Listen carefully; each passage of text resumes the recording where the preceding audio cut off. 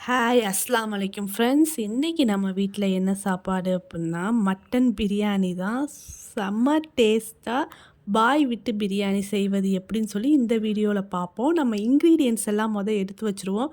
ஏலக்காய், கிராம்பு, பட்டை, அன்னாச்சிப்பூ, இஞ்சி பூண்டு பேஸ்ட்டு, கறி நாங்க 1/2 கிலோ கறி வாங்கியிருந்தோம். தக்காளி, வெங்காயம், பச்சை மிளகா, புதினா, மல்லிச்செடி இதெல்லாம் எடுத்து வச்சுக்கோங்க.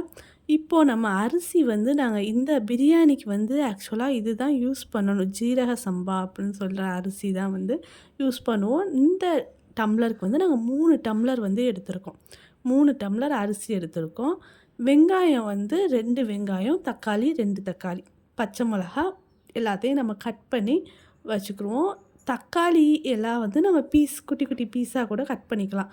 வெங்காயத்தை நம்ம இது நீல ஷேப்பில் தான் கட் பண்ணணும். நீளமாக தான் கட் பண்ணணும் வெங்காயத்தை. இது மாதிரி கட் பண்ணி எடுத்து வச்சுக்கோங்க. இப்போ நம்ம சின்ன வெங்காயம் கொஞ்சம் எடுத்து வச்சுருந்தோம்ல, சின்ன வெங்காயத்தை என்ன செய்யணும்னா, நம்ம மிக்சியில் அரைச்சி அதையும் தனியாக எடுத்து வச்சுக்கோங்க. இந்த பட்டை, கிராம்பு, ஏலக்காய் இதை எல்லாத்தையும் அரைச்சி நம்ம அதையும் பொடியாக எடுத்து வச்சுக்கிடுவோம். அன்னாச்சிப்பூ இந்த 4 ஐட்டம் பட்டை, கிராம்பு, ஏலக்காய், அன்னாச்சிப்பூ இதையும் நம்ம பொடியாக எடுத்து வச்சுக்குவோம். பொடியாக எடுத்து வச்சுட்டு இப்போ நம்ம அடுப்பில் கறியை வேக போட்டுருவோம்.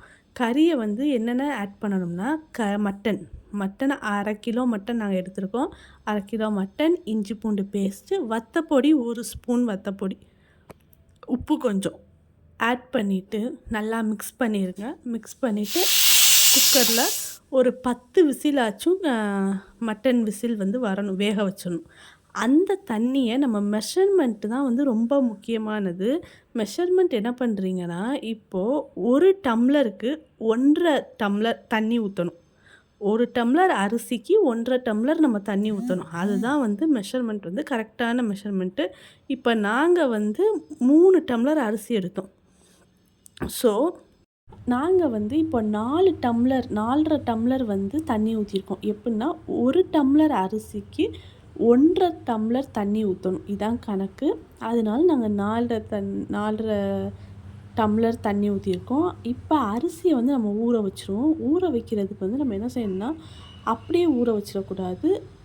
அரிசி முங்குற அளவுக்கு தான் தண்ணி ஊற்றி ஊற வைக்கணும்.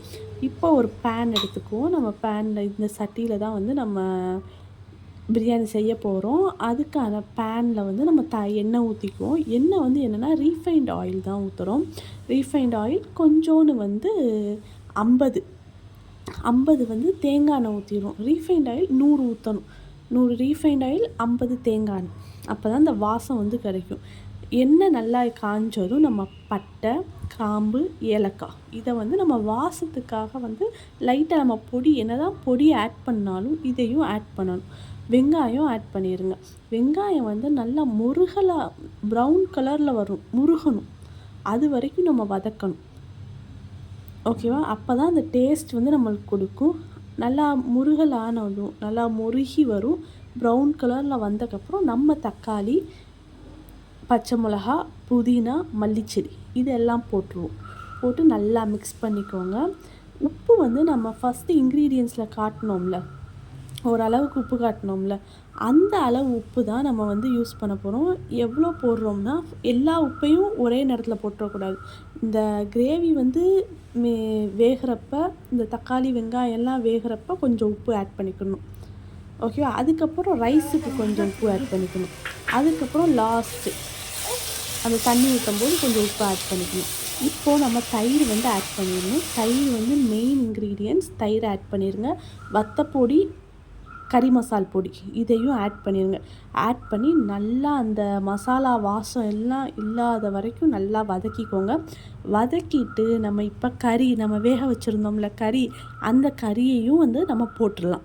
போட்டுட்டு கறியை நல்லா அந்த கிரேவியோட மிக்ஸ் பண்ணி விடுங்க. அதுக்கப்புறம் நம்ம அளந்து வச்சுருக்கோம்ல தண்ணி, அந்த தண்ணியையும் நீங்கள் இதில் ஊற்றிடலாம். ஊற்றி நல்லா கொதிக்க விடுங்க. மூடி போட்டு மூடிடுங்க. நல்லா கொதிச்சக்கப்புறம் நம்ம அரிசி வச்சுருக்கோம்ல, அரிசியை வடிச்சிருங்க. தண்ணியெல்லாம் வடிச்சிட்டு நம்ம உப்பு வச்சுருந்தோம்ல, உப்பையும் இந்த அரிசியில் ஆட் பண்ணிடுங்க. ஆட் பண்ணிவிட்டு எல்லா ரைஸ் அந்த அரிசி எல்லாத்தையும் ஆட் பண்ணிடுங்க. ரைஸ் வந்து பிடிச்சிடக்கூடாது. அதுக்காண்டி நம்ம கிண்டி விட்டுக்கிட்டே இருக்கணும். கிண்டி விட்டுக்கிட்டே இருங்க. இப்போது மூடி போட்டு நம்ம மூடிடலாம். நல்லா கொதி வந்துடும். கொதி வந்து அந்த தண்ணி எல்லாம் வற்றிரும். ரைஸ் அப்படியே வெந்துடும்.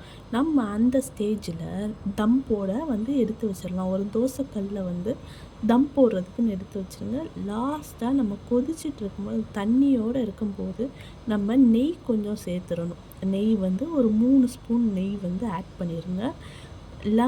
லெமன் ஜூஸ் ஒரு ஹாஃப் லெமன் வந்து நல்லா புழிஞ்சு விட்ருங்க. புழிஞ்சு அந்த சீட்ஸ் எல்லாம் எடுத்துகிட்டு ஜூஸ் மட்டும் ரைஸில் வந்து கொஞ்சம் ஆட் பண்ணி விட்டிங்கன்னா அது ஒரு டேஸ்ட்டாக இருக்கும்.